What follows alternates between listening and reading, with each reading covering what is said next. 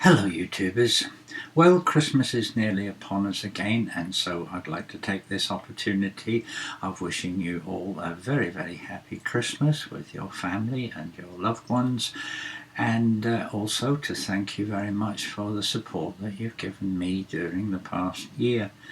And I promised I would read you a story, and so I have found one that relates to Christmas, a story that I wrote a long while ago now, and so I'm going to read that to you.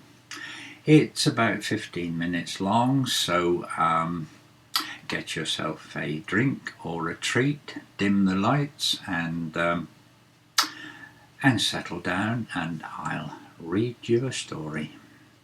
So here we go.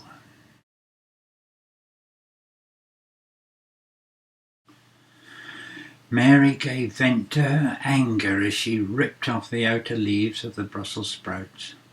She slashed venomously into the stalk of one of the denuded sprouts and dropped it into the saucepan of water. She wiped her hands on the front of her apron, left the rest of the sprouts in the bowl, and reached for the packet of cigarettes. Edna is an old busybody, but sometimes, just sometimes, the gossip she peddles, with her air of a referee just wanting to see fair play, has some element of credulity, but surely this time she must be wrong. Well, I thought that you should know. Mrs. Evans' son works behind the bar, and he said that he'd seen them together. He's only 17, Mary, and she is, well, you know, anyway, it doesn't seem right. You know I wouldn't have said anything unless I was concerned. Concerned, indeed. When had she ever been concerned about Jim? Mary had always excused her attitude, and she reasoned that it came from a lack of understanding due to her not having any children of her own and living with a mother with an obsession demanding tidiness and cleanliness both in the garden and the house to a ridiculous degree. When we first moved round here, this estate was a nice place to live. Now look at it. Nobody seems to bother. Mary agreed, but Edna's one-woman crusade was always doomed to failure that only resulted in her alienation and isolation. Living next door to her had never been easy. Never mind, Jim, just go and play with the ball on the other side of the garden.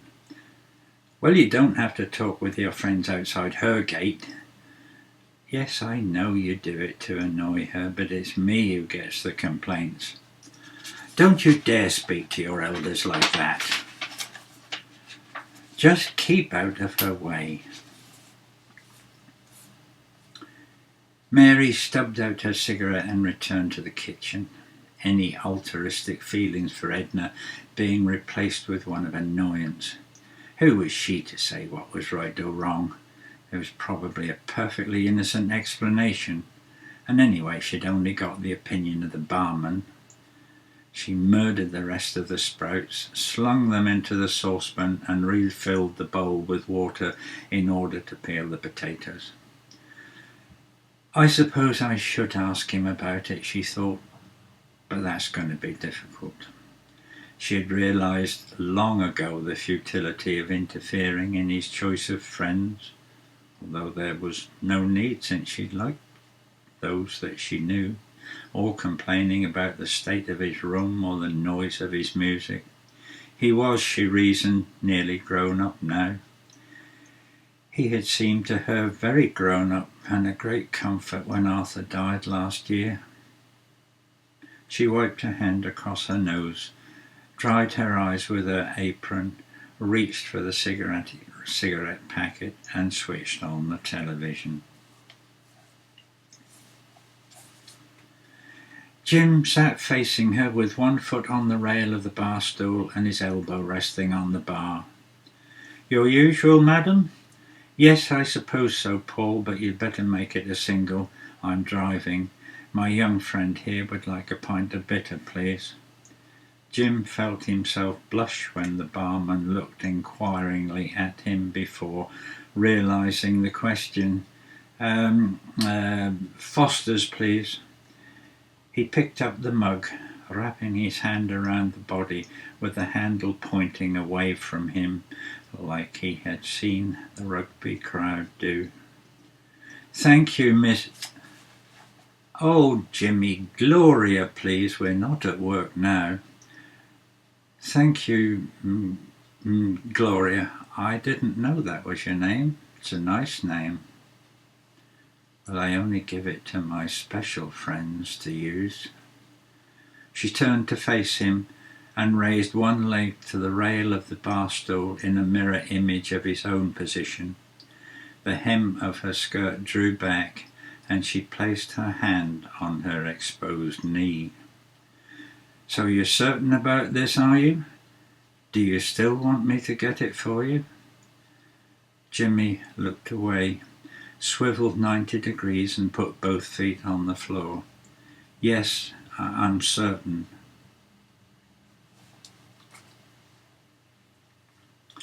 Mary heard the noise of the kettle and the rattle of the mug, the slight creak of the stairs and then his bedroom door closing. She looked at the clock. Only 10:30. Jim hadn't been out since last Friday, which was unusual, and she wondered if his early homecoming tonight heralded a more normal lifestyle. I wish that we could talk to each other more. He just treats this place like a boarding house. They'll grow out of it, others had told her. Please God, let it be soon. There's no way I'm going to question him tomorrow about what Edna said. I'm certainly not going to spoil Christmas Day. It'll be like old times. Except, of course, it can never really be the same anymore.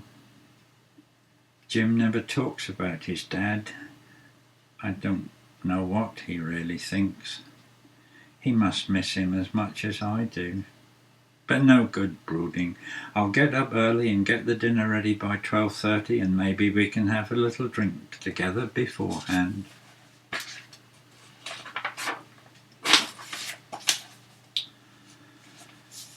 Have you got it? Yes, Jimmy, of course I have. I've taken it home and we can go and get it after work. I thought you'd give it to me here. Mum will expect me home for tea and I want to go out to a Christmas Eve party later. Oh, I'm sorry, Jimmy, I just didn't think. I thought we might call at a pub for a quick one and then go home. I don't want anyone seeing me pass it to you here. Miss Roberts put her hand on his arm and smiled. It won't take long if the traffic isn't too bad and we can skip the pub if you wish. Meet me in the car park as soon as we finish work. The traffic wasn't bad. Many shops seemed to have closed early and Jim was surprised at Miss Roberts' driving skill. There seemed to be more to Miss Roberts than he thought. Why had she agreed to go to much trouble to get it for him? Miss Roberts, who they hardly ever saw except when she swanned down into the menswear department with some directive from head office. Miss Roberts, who had such an air of authority, which would send even the older salesmen scurrying to their duties. Miss Roberts, who had seen him one day in the ladies' department and questioned what he was doing there. You're a very good driver, Miss Gloria. I can see that you have hidden talents. To reinforce his opinion, she dipped a clutch and with just the right revs to accommodate the lower gear, changed down into second. As she moved the gear lever to the bottom left position, she put her hand gently and fleetingly on his knee. Oh, more than you know. She demonstrated her racing change again as they swept into the drive of a large detached house. The garage door swung up and open as they approached and silently closed behind them. Miss Roberts opened the side door into the kitchen. Please come in. Let me take your anorak. Jim had never given any thought as to where Miss Roberts might live, but if he had, then this wouldn't have been it. The kitchen was as large as his front room. Modern oak units filled the walls, and a royal blue Arga breathed out welcoming warmth. Miss Roberts took off her coat and hung it, together with his, on a hook beside the Arga. "Come through to the lounge, Jimmy. I need a drink." Miss Roberts drew the heavy curtains across the large bay window and went to a cabinet. When she opened the doors, the light which illuminated the interior displayed a collection of bottles as numerous as any pub. "I'm having a gin, a large one.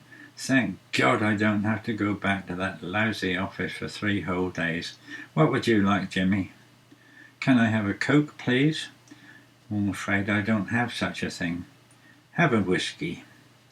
It's Christmas." Miss Roberts poured herself a very large gin, which she downed in 2 gulps, and passed the glass to Jim. "Help yourself. I must go and get out of these dreadful office clothes."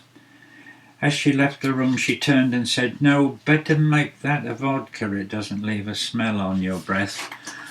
We don't want your mother thinking you've been led astray, do we?"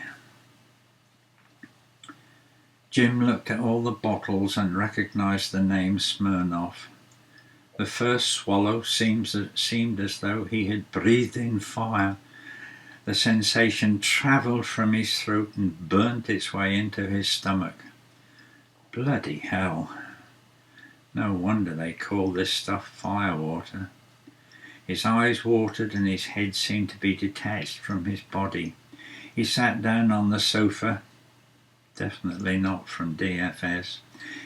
He warmed and felt good. The next swallow was more pleasant, and after the next he thought, "I could get used to this." He didn't get the chance for further contemplation. Miss Roberts came back into the room. She had exchanged her office suit for a white toweled robe. She wore pink fluffy slippers. Her legs were bare, and from the looseness of the flesh that moved beneath the robe as she walked towards him, Jim guessed that she hadn't got... Bloody hell! "Here's your package, all safe and well." She placed it on a table next to the sofa and sat down next to him. "I bet some girl is going to have a treat tonight, eh?" Jim blushed. "I think I'd better be going now. Thank you for the drink. I've got the money. Are you sure that 30 is enough?" Jim got to his feet and reached into his pocket for the money. Then his head floated off somewhere towards the ceiling. He didn't understand why his leg bones had become detached from his knees, and he fell back onto the sofa. He wasn't conscious of landing. "Oh, Jimmy, I don't think I can let you go like this. Just rest a while until you feel better. Come on, let me help you to sit up."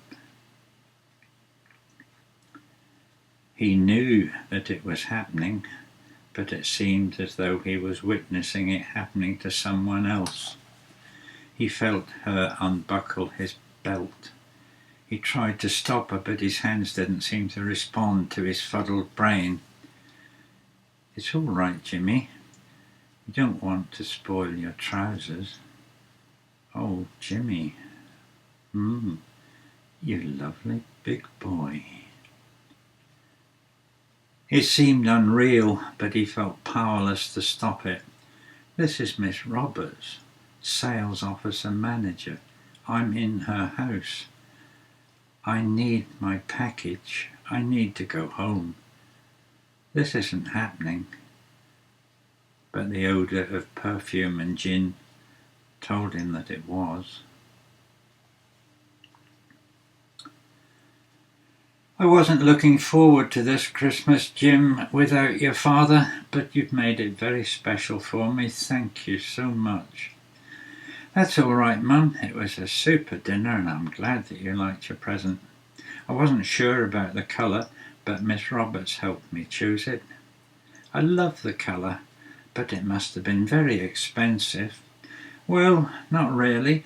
Miss Roberts arranged to have it put with the clothes that are going to be got rid of in the sales. She saw me looking at it one day, and the next day called me into her office and told me what she'd done. I told her that I was only looking and that I couldn't possibly afford it. But when she told me that the sale price could be, she could fix it, and if she charged it to her personal account it could be even less. Well, it just seemed too good a chance to miss. That was extremely kind of her. She seems to have taken a shine to you. It seems she's not as bad as everyone makes her out to be. She gave me a lift home the other evening, and we called for a drink at that pub on the road to Nettleshirworth. It was 5 o'clock when Mary woke up.